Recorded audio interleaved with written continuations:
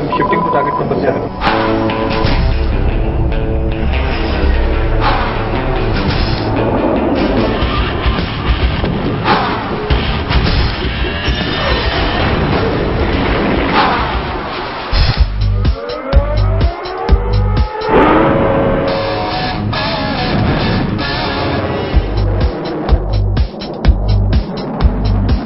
About a year ago, the Indian Armed Forces started grappling with the possibility of a two-front war at the same time.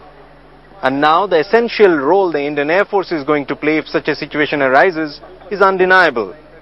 In its 78th year, the Indian Air Force stands at the crossroads of new challenges, new victories.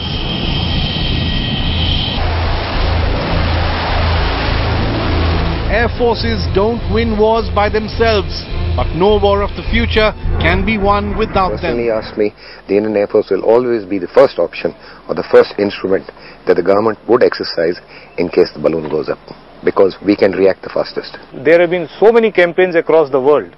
Everywhere the air power has proven its worth. On 15 June 2009, India inducted its first batch of Sukhoi 30 MKI fighters at the Air Force Station in Tezpur. It was also a year when tension was mounting along the Chinese border in Arunachal Pradesh.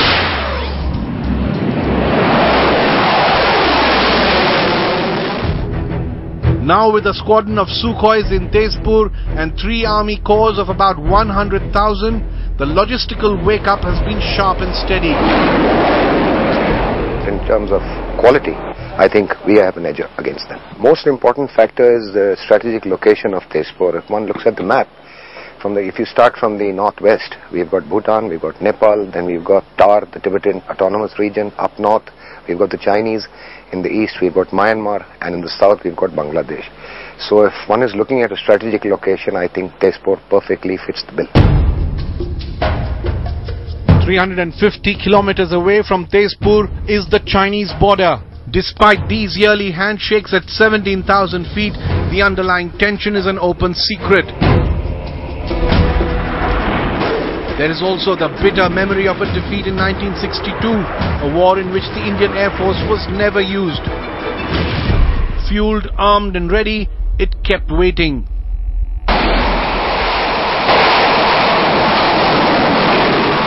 That mistake is almost likely to be never repeated. Almost 50 years later, this corner of Assam is crucial not just for the country, but also for the Indian Air Force.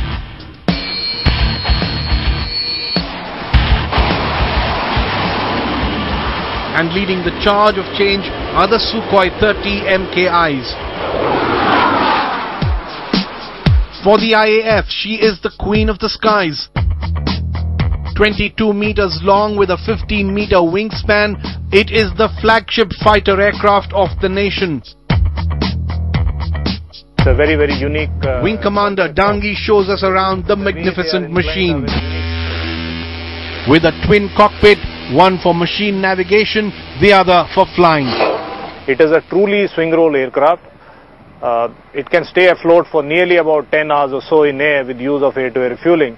And the sensor which has got, namely the radar, the other sensors, allow us to pick up the enemies at very, very far ranges with nearly about 100% probability. And these are the men who will take her up to the skies. This is the most potent weapon we have. We are at par with any other defense force in the world. We are now quite capable of taking any contingency. So what makes the Sukhoi 30 MKI what it is, and what does it take to fly it? It takes a lot of hard work, dedication, passion to fly, and of course an attitude to be a fighter pilot. The biggest advantage I would say is greater endurance in the air and large load carrying capacity. Every day you find something new, you learn something new, so it's quite rewarding. To fly a machine like the Su-30 requires a lot of preparation on ground. It requires a lot of Air forces from across the world put in requests to take part in joint exercises with these men, the IAF is itself on course with expansion plans.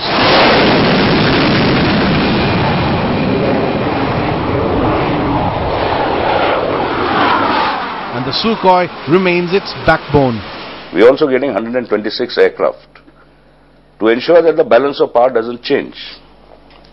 The basic thing is nothing around the country should hinder the growth of our country, should hinder us from reaching our true potential. If the country's zone of influence expands, I should have the capability to undertake that role. Part of Air Chief Marshal Naik's confidence stems from the surge in procurement, visible since the acquisition of the Sukhoi 30 fighters some years ago. But the delays have hit the force where it hurts. The IAF chief admitting that 50% of systems and equipment were obsolete. It's taken more than a decade before the MMRCA trials could kick off. The LCA program has been dogged by delays, including persistent problems with the indigenous Kaveri engine. The midlife upgrade of the Mirage fleet is still being negotiated with France. And all this while the IAF squadrons are depleting as MiG fighters are being phased out. So the IAF is now on a shopping spree. 40 more Sukhoi fighters have been ordered. At least 36 more Mirage fighters will beef up the IAF's existing fleet. The MMRCA trials are finally over. Commercial bids could open soon. The long-delayed LCA could begin induction by the middle of next year. And the 5th generation fighter from Russia could start entering service by 2017.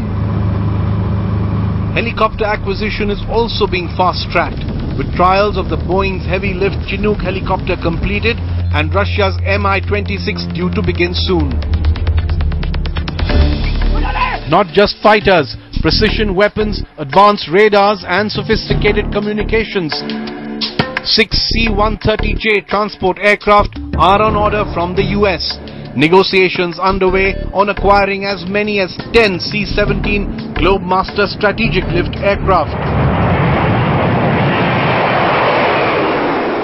The shape and size of Air Force Transport Squadron is going to transform itself in less than a decade from now. The Gajraj and the Antonovs are magnificent aircraft, but the requirements of today's Air Force are far, far more. From rescue missions in Leh and evacuation in Naxal-affected Chhattisgarh to standing by for the Ayodhya verdict and giving air cover to the Commonwealth's role is ever expanding. That means my force must be equipped with modern systems, aircraft, weapons, AWACS, aerostats, some other kinds of radars. And internal security has now become an integral part. One important aspect is where we need to really get up ourselves in terms of special operations, what we call special operations, like the likes of what we had in Mumbai some years back. So I think that's the area where we need to get some more modern aircraft which are capable of undertaking certain special roles. Relief, rescue, internal security, not to forget India's strategic environment and the challenges of air and space dominance have never been more daunting than today. For the men on the ground, delays in procurement have become a compromised reality. I wouldn't say we are frustrated because at the field, when we operate, we definitely look forward for ideal platforms, ideal situations. But having said that, I think the government is very much alive to our demand. If the time frame could be reduced and the acquisitions could be expedited.